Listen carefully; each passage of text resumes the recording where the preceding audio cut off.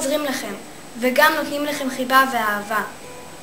וגם יש פה חוגים טובים, למשל כמו חדר כושר, וגם יש לנו פה שירה, ופסנתר, כל מה שתרצו.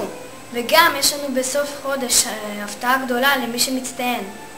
יש לנו חוג סוסים, וגם פעילויות אחרות.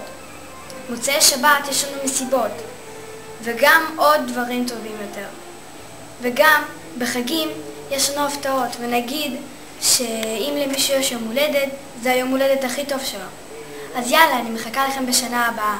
אני רוצה להודות לבית הספר על כל מה שהוא תרם לי, לכיתה שלי ולכל התלמידים.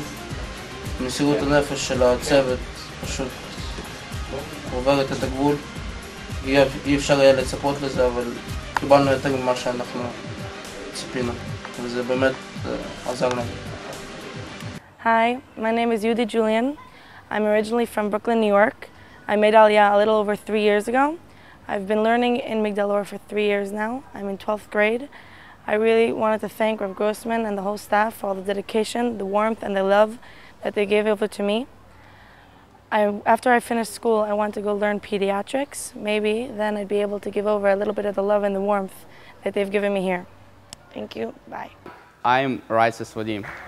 I came from Belarus and I learned here in Migdal Or 6 years. Now I'm Israeli Army soldier and I'm going to be Israeli Army officer. I want to thank Rabbi Grossman and all Migdal Or staff for giving me opportunity and learning me how to be a good Israeli citizen. Thank you, thank you. שאחד ממאות הבוגרים שבאים בצבא, כמה זמן למדת? 6 שנים. 6 שנים. מאיפה הגעת מרוסיה? מאוקראינה. דבר. 6 שנים.